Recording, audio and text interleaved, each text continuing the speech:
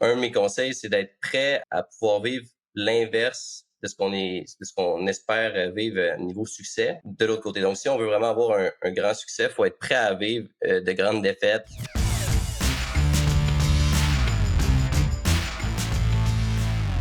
Jérémy Gagnon, tu es le président et fondateur du groupe JWG, un regroupement d'entreprises de la Ville de Québec opérant dans un vaste nombre de secteurs. Autant présent dans l'immobilier que dans l'importation de biens, JWG semble posséder un nombre impressionnant de lignes d'affaires, générant individuellement des millions de chiffres d'affaires chacune. Et on va tenter de décortiquer le tout ensemble aujourd'hui. Jérémy Gagnon, merci beaucoup d'être sur le podcast Hypercroissance. Merci à toi. Bien content d'être là. Jérémy, des fois tu vas voir, je vais t'appeler également Jay. Euh, Avant de retracer l'évolution de ton groupe et de les différentes lignes d'affaires, comme on le dit, est-ce que c'est possible pour toi aujourd'hui de nous dire en détail qu'est-ce que fait JWG au quotidien? Dans l'optique où on parle du groupe d'affaires, on a 7 entreprises opérantes actives au sein du groupe et différents investissements externes. Dans ces entreprises-là, on y retrouve quatre branches d'affaires qu'on peut bien détailler. Donc, on a l'immobilier, on a l'industriel, on a l'agriculture, puis on a la gestion de chalet, qui est un peu comme le tout dernier. Différents entrepreneurs qui viennent de différents milieux. Et c'est un groupe en pleine croissance qui est établi et qui est renforcé aussi de plus en plus. Il y a toujours une portion il y a une portion des choses qu'on prévoit, il y a une portion des choses qu'on ne prévoit pas. Donc, c'est un peu un beau mix de ce qui s'est présenté sur nos chemins puis de ce qu'on voulait réaliser ensemble. Donc, de ce que je comprends bien, chaque ligne d'affaires a un peu son pilote d'avion. Il y a clairement un entrepreneur qui est derrière le projet de chacun des départements, littéralement. Absolument. Autrement, ça ne pourrait pas fonctionner. D'où un peu le mix de ce qu'on a prévu et ce qu'on pouvait apporter également. Donc, chaque ligne d'affaires a sa personne ou des fois deux personnes qui vont diriger cette ligne-là. Sans quoi ça serait pas possible. Donc, je peux prendre des exemples. On peut prendre Martin, un partner qui est dans le groupe. Lui, il dirige la ligne d'affaires pour JWG Palette. On peut prendre Frédéric Leclerc comme exemple, qui lui dirige la ligne immobilière. Donc, différents profils avec différentes compétences, différents cadeaux aussi, qui mènent leurs différentes lignes un peu plus personnalisées pour arriver à en faire un groupe. Ouais. Fantastique. Et bon, Jérémy, je pense que le monde des affaires, c'est une histoire de famille chez toi, de ce que j'ai été capable de comprendre. Tu me disais dans un appel précédent que ton père possède également une grande entreprise. Peut-être tu pourrais nous ramener un petit peu à ton enfance et nous dire c'est quand que tu as eu l'étincelle de te lancer en affaires et comment ça se déroulait peut-être également les soupers de famille. Oui, un parcours atypique comme plusieurs, j'imagine. Pour ma part, la famille en affaires, en effet, dans un sens, c'est une famille qui s'est un peu construite autour de mes 11 ans. Pour ma part, j'ai eu très jeune des étincelles de projets, de rassemblements, de mener à terme certaines activités familiales. Ça a commencé tout jeune et j'ai lancé ma première entreprise en fait au secondaire qui s'appelait Whoop Clothing. Donc c'était dans les vêtements. Autrement, j'ai eu un modèle j'ai été chanceux d'avoir un modèle qui est mon beau-père qui est arrivé dans ma vie plus jeune, qui à ce jour est le président de Aquinox Solution, une entreprise qui œuvre dans la télémédecine, qui dessert le gouvernement et d'autres clients assez importants dans le domaine de la santé et de la technologie. Donc, les soupers de famille ont pas été c'était pas quelque chose qu'on avait. Je sais que c'est une expression, mais c'était très atypique. Moi, je rentrais souvent le soir tard en vélo parce que je me déplaçais en vélo pratiquement tout le temps. Puis j'avais toujours mon beau-père qui travaillait sur sa compagnie, sur son logiciel, sur sa formule. Puis ça m'a toujours servi d'exemple. Mais j'ai eu ça très jeune pour ma part là, voilà. Parle-moi un petit peu peut-être de Whoop, parce que tu l'as lancé au secondaire. Ouais. Soyons honnêtes, c'est rare que des entrepreneurs vont se lancer aussitôt même. Donc, tu es tombé vraiment dans ce volet business assez jeune.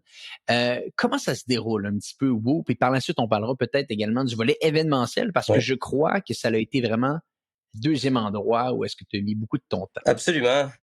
Je crois que ça prend de la naïveté pour se lancer en affaires. Ça en prend beaucoup, puis c'est merveilleux. Donc, de se lancer à la base, écoute, j'avais vraiment envie de. J'ai commencé à travailler assez jeune pour en restauration, à cueillir des fraises, à passer les journaux. Puis rapidement dans la vie, je me suis demandé qu'est-ce que je pourrais faire pour. J'étais souvent très apprécié au niveau employé, excuse-moi employé. Et donc, je me suis mis à réfléchir comment est-ce que je pourrais utiliser ce que je peux livrer, mais pour moi-même, pour un partenaire, pour une entreprise. Et je crois que le vêtement, c'est quelque chose d'accessible assez rapidement. Ça prend pas un gros investissement. Ça l'interpelle parce que tu veux faire passer un message, tu veux détonner, faire ressentir quelque chose euh, qui t'interpelle. Donc, ça a été le tout début. Et cette entreprise-là de vêtements m'a mené à devoir la promouvoir, donc de devoir créer des événements. Donc, autant des événements un peu sportifs pour parce que nous, c'était un peu do it with passion. C'était there's no excuse. Donc, ça a été très... on a orienté ça aussi roller, skate, BMX, tout ça. Donc, on commençait des événements, on créait des événements pour créer des compétitions sportives et on a aussi participer et créer des événements, encore une fois, pour faire promouvoir la marque à un persona un peu plus événementiel. Le jeune qui se ressemble le soir quelque part. Souvent, ça peut être un bar de temps à autre et ça m'a mené à toucher un peu à l'événementiel, en effet.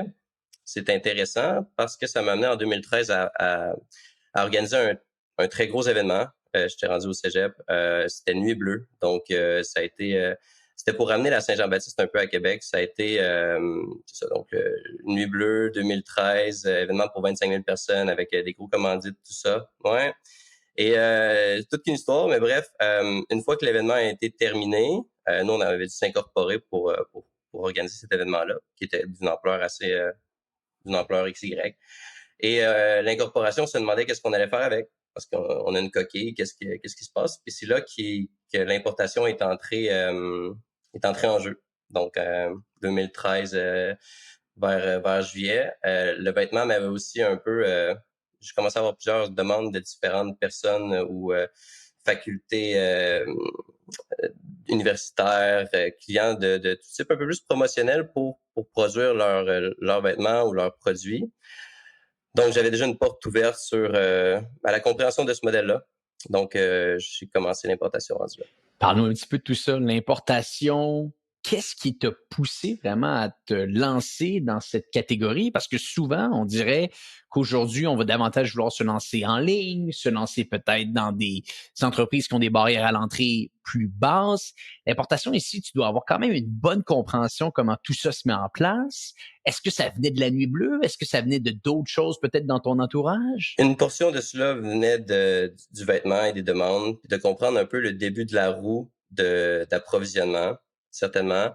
D'autre part, de converser, de consulter avec des bons amis avec qui j'étais en affaires là, pousser un peu la réflexion sur qu'est-ce qu'on peut faire, qu'est-ce qui peut être le prochain modèle en lien avec ce qu'on a appris, ce qu'on entrevoit, et un peu de naïveté encore une fois, de pouvoir répondre à un besoin. Puis c'était surtout ce qui m'interpellait, c'était ça reste proche du vêtement pour un certain temps, parce que le vêtement est beaucoup plus plaisant, selon moi, est beaucoup plus c'est vivant, tandis que l'import, c'est plus froid. Mais il y avait une transition que j'entrevoyais aussi à ce moment-là. Je croyais que ça resterait peut-être plus dans le vêtement, mais commencer par le promotionnel, et c'était de ne pas avoir d'inventaire. C'était de prendre un besoin, d'aller chercher parce qu'avec le vêtement, je pouvais voir avec les quelques années que l'inventaire, c'était quelque chose d'assez compliqué, de toujours devoir gérer de l'inventaire, compter de l'inventaire, pas perdre l'inventaire,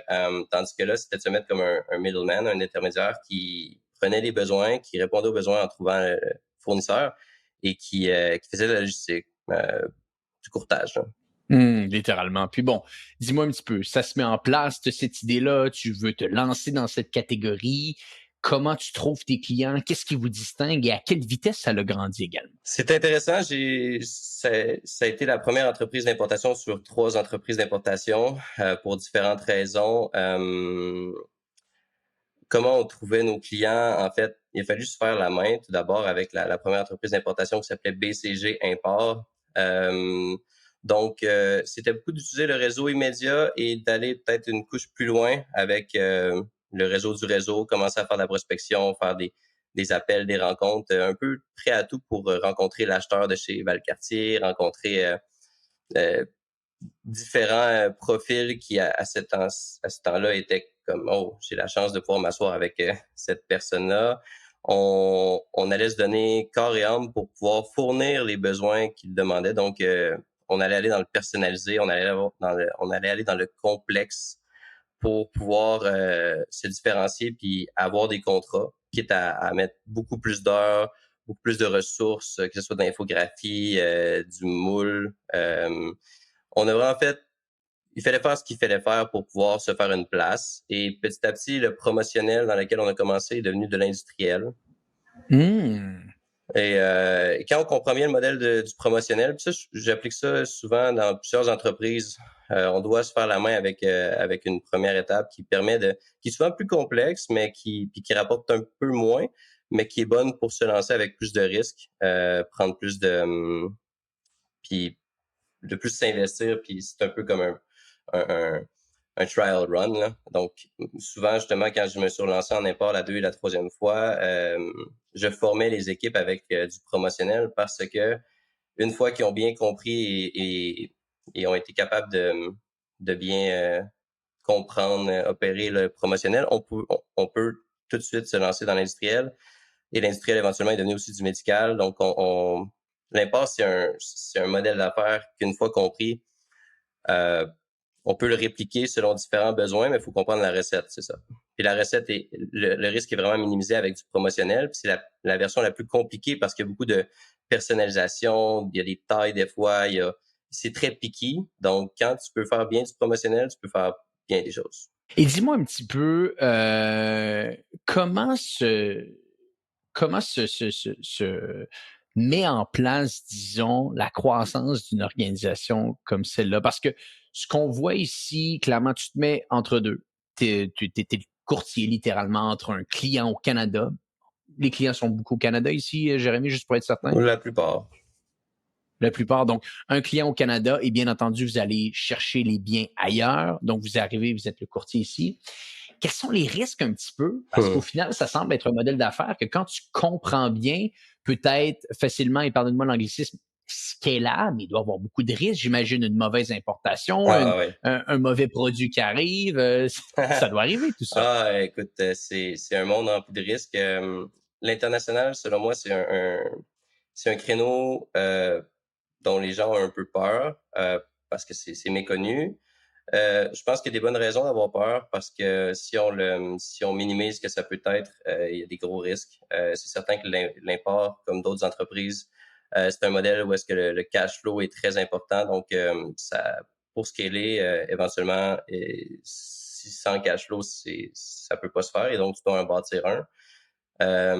Les risques à l'international sont très grands. Par contre, c'est un peu comme un plus grand terrain de jeu où est-ce que il y a des il y a des réglementations, il y a des distances physiques supplémentaires, il y a des cultures, il y a des différences de culture. Il y a un grand aspect de communication à comprendre, de respect, il y a beaucoup qui entre en jeu, qui rend le tout complexe. Et justement, ça a pris un peu de naïveté pour se lancer. Et je crois que on désire se lancer en affaires, un de mes conseils, c'est d'être prêt à pouvoir vivre l'inverse de ce qu'on espère vivre niveau succès de l'autre côté. Donc, si on veut vraiment avoir un grand succès, il faut être prêt à vivre de grandes défaites. Et l'international, pour en avoir vécu de toutes les couleurs, c'est à As-tu des anecdotes? j'ai des très bonnes anecdotes. Écoute, j'ai généralement eu beaucoup de chance ou beaucoup de très bons contacts, de très bonnes relations, de très bonnes expériences niveau international. J'en ai deux qui m'ont un peu plus marqué, une avec l'Afrique et une avec l'Europe. Je dois dire qu'avec la Chine, il y a déjà eu des petites complications, mais souvent, je dirais que pour pas rentrer dans les anecdotes trop précises, à moins que ce soit ce qu'on veut, la culture en est pour beaucoup, de bien comprendre la culture avec qui on travaille, euh, d'aller profondément puis de s'intéresser c'est un peu avec qui on travaille dans la vie, right? Donc, avec l'impasse, c'est la même chose, c'est de s'intéresser. Si on ne fait que voir le produit, la marge de profit, la rapidité, on miss out. Parce que il y a tellement plus. En fait, ce seraient les choses à valider en second lieu, après avoir validé avec qui est-ce qu'on travaille, quelles valeurs est-ce qu'on partage, est-ce qu'on se comprend, est-ce que notre sixième sens, notre guts nous donne un feu vert, parce que le greed est facile à aller chercher. Il semble avoir plein d'opportunités, mais je ne les conseille pas tous. Un autre point intéressant dans l'importation, c'est la pandémie. Ouais, Je pense que vous avez, tu l'as dit, ouais, promotionnel, industriel et par la suite ouais. médical. Vous avez marqué le coup, vous avez été capable d'aider le gouvernement. Du même coup, je pense que ça a été un moment assez important pour votre entreprise. Peut-être tu peux nous en parler un peu? Absolument. La pandémie a été un moment clé, on va se le dire. Ça n'a pas, je pense que c'est important de faire la distinction que la pandémie n'a pas été tout pour nous. C'est facile de penser que le gars des masques ou l'équipe des masques, whatever. On a, à travers la pandémie, quand la PCU est arrivée, tout ça, en fait, la réalité, c'est que nous, on n'a jamais arrêté de travailler comme d'autres. Euh, on commençait à recevoir des demandes pour des besoins médicaux et on revenait d'un voyage en Chine. On n'avait pas encore vraiment fait de médical auparavant, mais comme j'expliquais plus tôt, quand on connaît la recette, quand on connaît la roue, faut juste l'adapter. Donc, on s'est mis à travailler jour et nuit, et ça pendant peut-être trop longtemps. On a une force tactique qui s'est rassemblée. On s'est mis à desservir non seulement le gouvernement, mais l'armée, puis en fait, on a plus de 500 clients actifs à ce moment-là, dont un grand réseau de pharmacies, Wow. tout ça. Oui, c'était un réseau partiellement établi, avec qui on pouvait continuer à collaborer, mais il y a quand même une portion de nos clients à ce moment-là qui ont dû mettre leur activité un peu plus sur pause. Donc nous, on avait le choix de s'asseoir puis d'écouter un peu les règles, et d'attendre que ça passe, ou on avait le choix de double down, de tout donner. On avait que ça à faire, en fait. Donc, nous, ça a été un moment où est-ce qu'on a pu mettre certains trucs sur pause, en latence, et absolument tout donner pour un but commun, l'équipe. Puis, il y a des beaux liens du groupe qui se sont créés dans ces années-là.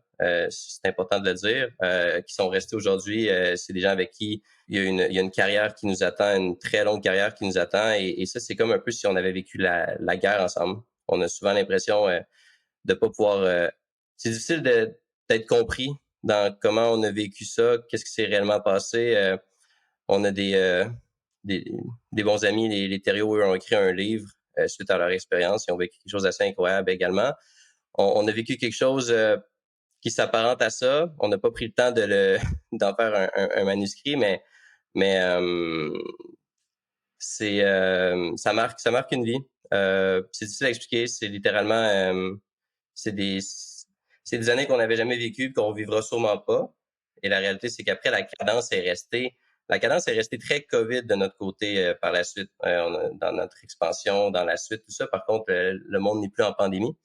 Mais la pandémie va avoir créé une expérience qui est pas achetable, qui va nous avoir soudés, puis qui va avoir créé, renforcé le groupe d'aujourd'hui, là. Bien sûr. Et tu parlais des Thériault. Donc, Vincent est venu sur le podcast. Il nous avait parlé un petit peu de cet événement-là qui l'avait marqué. Eux ont accepté de se retirer par la suite, Ouais. après la première vague. Est-ce que vous avez resté pendant tout le long de la pandémie à livrer des masques au gouvernement? En fait, nous, on a fait des masques. Par la suite, on a fait des gants, on a fait des tests COVID également. Il y a eu OK. différents produits. Une des deux anecdotes qui a mal tourné, justement, est en lien avec le fait que nous, on est restés. La première portion de la pandémie s'est super bien passée. Par la suite, on a eu une entente d'approvisionnement plus compliquée avec l'Europe par rapport aux gants, qui était une expérience des plus enrichissantes, mais qui nous a un peu donné envie de se diversifier également d'où JWG Palette, exemple, tu sais, de voir en fait que certains, certains fournisseurs ne sont pas aptes à ou peuvent même aller jusqu'à être scrupuleux à un tel point, nous a fait prendre un petit pas de recul. On a continué à faire de l'import, mais on n'a pas voulu, on a voulu prendre un petit step back sans redoubler d'efforts, puis plus se concentrer sur développer des forces manufacturières ici. Donc, pour répondre à ta question de façon simplement, on n'a pas arrêté au même moment, on s'est pas, on a été un peu plus loin, puis justement, peut-être qu'on est rentré dans le greed même, parce que c'était des contrats très alléchants. Des fois, quand c'est un peu trop alléchant, il faut se poser des questions. Et c'est ça, on a appris beaucoup de ça. Ça a pris beaucoup de résilience. Ça a pris beaucoup de confiance et de patience entre nous aussi, serrer les coudes. Mais ça a été pour le mieux finalement. Puis je voudrais pas que ça l'ait été autrement avec du recul. Mais justement, Vincent et Frank ont été des exemples à différents moments. Et ce moment-là, on aurait pu aussi suivre leur exemple, se retirer un peu plus tôt. Mais on le ferait pas différemment finalement. Après la pandémie, c'est là que vous attaquez, peut-être ça a été fait parallèlement, les palettes, l'immobilier. Parle-nous un petit peu de tout ça. Qu'est-ce qui vous a poussé à vous diversifier là? C'était déjà en cours. On a commencé à faire palette il y a quand même quelques années. On l'a consolidé là, avec Martin en faisant une incorporation, à faire un transfert d'achalandage, à vraiment y mettre plus de sérieux et à mettre ça de l'avant. Donc, ce qui est arrivé, en fait, c'est que suite à la pandémie, puis après cette expérience-là aussi un peu plus difficile avec un fournisseur, on s'est regroup, puis on a fait un plan de match dans lequel on mettait de l'avant aussi certains individus, certaines compétences un peu plus de l'avant en se disant, OK, on met ça sur le neutre niveau import. On continue à en faire, mais on pousse pas la machine trop loin parce que la chaîne internationale était quand même disrupted à ce moment-là. Et qu'est-ce qu'on fait? Ben, on pousse l'immobilier, on pousse la construction, on pousse les palettes, on va pousser l'agriculture, on pousse la climatisation, on pousse les chalets, on se lance une gestion locative de chalets.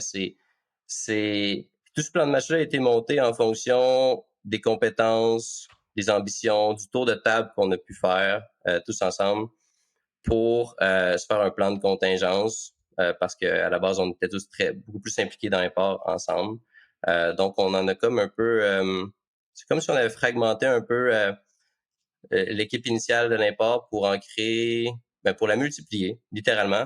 Et là, tu as plusieurs entreprises qui en sont découlées. Malgré l'import qui continue et toutes ces entreprises-là qui en ont découlé sont en pleine croissance. Notre plus gros défi en ce moment, c'est la gestion de croissance sur différents fronts. C'est un merveilleux défi. Vraiment fier de comment on s'y prend. Donc, c'est un peu le processus qui est arrivé par la suite après la pandémie. Je serais quand même curieux de t'entendre sur la partie investissement, parce que là, tu nous parles de la partie opérante, immobilier, Ouais. palette, mais tu as fait des investissements aussi. Donc, on a reçu récemment William Rousseau de Ono Cannabis, Ono, qui est une organisation dans le domaine, comme on le dit, du cannabis, qui est en forte croissance, qui vend maintenant au Québec, en Ontario, un plan d'engager beaucoup de gens dans les prochains mois. Je pense que tu es intimement lié à cette entreprise-là. Peut-être tu peux nous en dire un peu plus? Absolument. Pour commencer, on a différents investissements externes que je peux énumérer rapidement quelques-uns. On a Momentum, on a une agence du joueur de hockey, on a une compagnie de vodka, on était dans Oxio qui a été vendu à Cogeco il y a pas longtemps. On a un fonds d'investissement en technologie, différents investissements passifs dont c'est ça, qui existent, qui sont intéressants, qui sont différents de nos lignes d'affaires. Et si on en vient à Ono, Ono Cannabis, en effet, fait partie du groupe d'affaires. C'est une de nos plus grosses organisations. Ça fait 6 ans qu'il y a du travail qui est mis là-dessus, qu'elle existe. J'en suis partenaire. On a une croissance assez étonnante, encore une fois, dans cette organisation-là. On est au Québec, on est en Ontario. Les chiffres ne font qu'augmenter. Et là, on est en train de... En fait, on a même signé déjà une entente, mais on est en période de consolidation d'entente à l'international, à l'export, dans le médical. 40 employés, la phase 2 qui lance tout juste, parce qu'on a commencé avec moins de salles pour ensuite avoir plus de salles de floraison. Et écoute, on se doit d'avoir beaucoup plus d'employés dans un avenir assez rapproché. Donc, c'est une équipe, c'est une des très belles équipes dans le groupe qui stand out. Et toi, ton temps dans tout ça, où tu le mets, Jérémy? Est-ce que c'est davantage dans les palettes, l'import, Renault? Est-ce que c'est dans un contexte de peut-être gestion du groupe? Plus dans un contexte de gestion du groupe. Je parlerai pas d'une journée typique parce qu'elles ne sont... elles se suivent, mais elles ne se ressemblent point. C'est plus un point de vue tactique de pouvoir soutenir et accompagner où est-ce que mon implication est la plus nécessaire, la plus demandée. Donc, ça évolue. C'est des chapitres dans lesquels peut-être qu'une entreprise a un peu plus un besoin qui répond à mes compétences sur un certain nombre de temps. Et on a une force tactique de la sorte pour accompagner le groupe de façon générale. Donc, on a tous des rôles un peu plus spécifiques. Certains ont leur ligne d'affaires très propre. Certains sont plus des pivots pour s'assurer que la croissance de part et d'autre est soutenue et, et, et les besoins sont répondus, qui débordent un peu.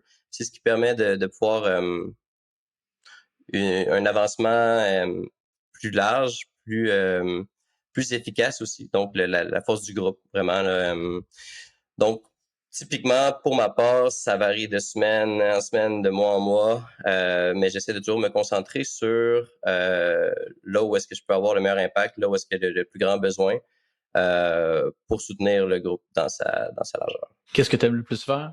Ce que j'aime le plus faire, c'est rassembler les gens. Moi, c'est l'humain, c'est de passer du temps avec différentes personnes, puis le plus possible, ce cercle-là est assez limité.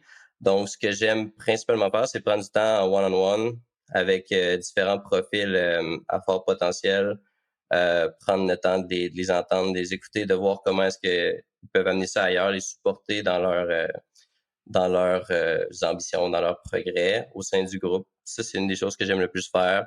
J'aime beaucoup construire, donc quand c'est des plans d'expansion, quand c'est mon profil psychométrique me le dit, je suis quelqu'un qui est difficilement casanier dans des tâches administratives. J'aime mieux des mandats spécifiques qui sont plus intenses, sont plus high level, qui vont demander c'est ça. Donc, c'est plus ce que j'aime faire. Des cas high level que d'autres ont plus de misère à percevoir que ça puisse se faire, ou de l'humain. Donc, ça ressemble à ça.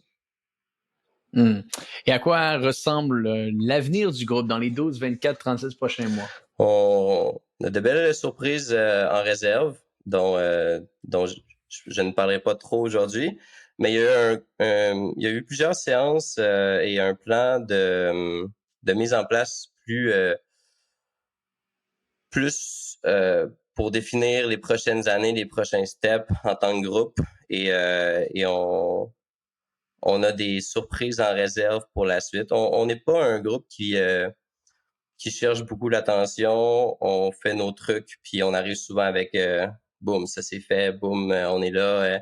Et il y a un gros boom qui arrive, qui nous excite grandement, qui aussi fait en sorte que un peu plus les piliers de ce groupe-là se rassemblent et unissent leurs compétences, leur vision, leur tout dans une suite logique qui va faire en sorte qu'on peut avoir aussi un impact un peu plus bon pour demain. On cherche vraiment des solutions nécessaires pour ce qui est en train d'arriver dans le monde. Donc, c'est beau d'avoir des entreprises de différents niveaux qui vont générer de l'argent, qui vont nous permettre d'en vivre. Mais une fois que c'est fait, on cherche plus. Je pense que l'argent révèle un peu nos couleurs. Puis une fois que c'est un check puis qu'on peut se dire, OK, on a réussi à se prouver qu'on était capable de générer des sous, qu'est-ce qui nous attend? Qu'est-ce qu'on fait? C'est quoi nos aspirations? Ben là, on en est là. Puis ça a été quand même déjà quelques années de réflexion et de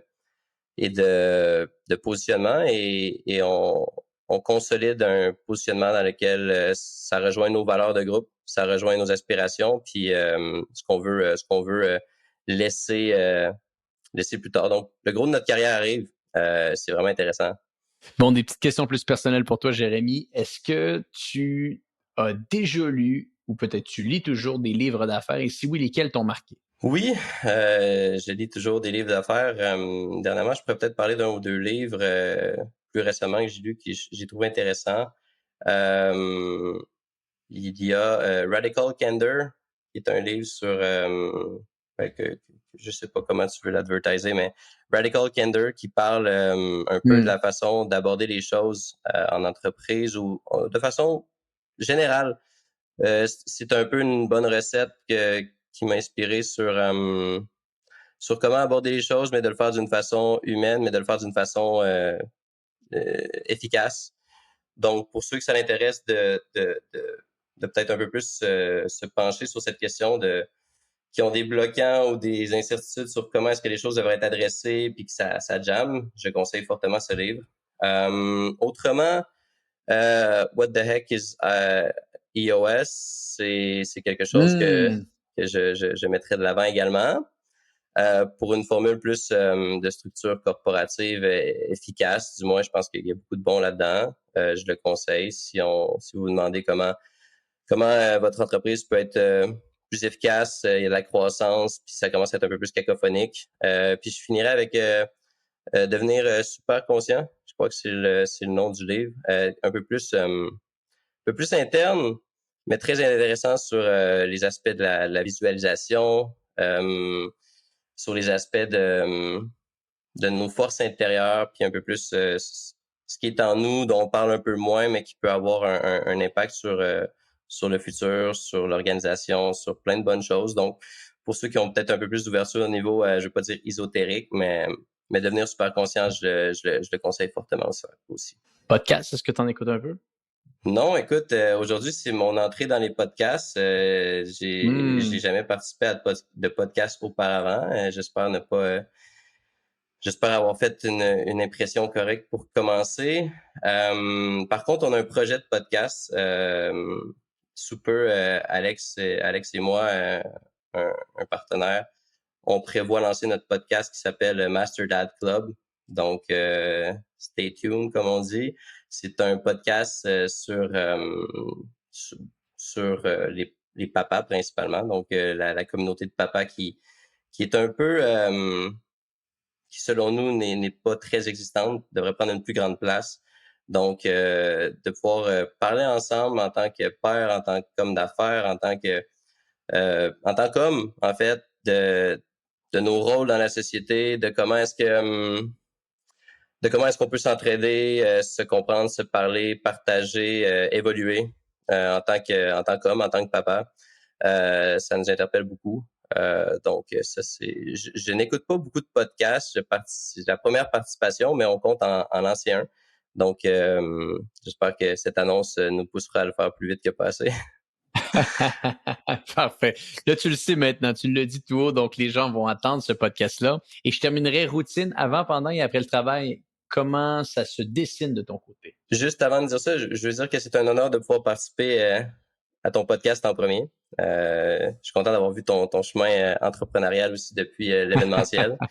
Bien sûr. Parenthèse fermée, routine avant, pendant et après le travail. Je dirais que j'ai été un moment plus matinal. Là, je m'efforce à commencer la journée vers 7, 7,5, 8 max. Je rentre en mode travail en commençant la journée. Je pense que chacun a un peu son type. Le travail prend une grande partie dans ma vie, donc souvent, on va s'étaler jusqu'au soir. Par contre, ce que je me suis assuré de faire pour que la routine, qui n'est pas toujours la même, soit saine, c'est de m'entraîner, de faire sauna, de méditer, de lire. En ce moment, on fait un 75 hard actuellement, donc de placer les entraînements avec une distance, là, pas collée à travers l'horaire des journées. Je crois que d'avoir un agenda puis de pousser sur cette capacité-là à bien organiser son temps, ce que moi j'ai commencé très jeune, fait en sorte que la routine peut être différente, tu sais, avant, pendant, après le travail, mais va aider à bien gérer son temps de un, puis va aussi aider éventuellement dans un deuxième temps à s'assurer qu'il y ait des coupures. Parce que dès que je zone out du travail, je le sens. Quand j'ai la tête pleine, il faut que je coupe. Et pour moi, de couper, ben, c'est souvent via l'activité physique, principalement, ou quelque chose qui demande un effort, qui fait en sorte que tu dois penser à cet effort-là, c'est pas cette souffrance-là, mais un peu. Donc, je dirais que pour moi, c'est très important d'avoir une coupure avant, après. Puis des fois, quand le travail s'éternise un peu plus sur la journée, de créer des coupures à travers la journée, quitte à replonger dedans, parce que sinon, ça en est maladif. Il y a quelque chose qui m'a beaucoup marqué sur la capacité de repos.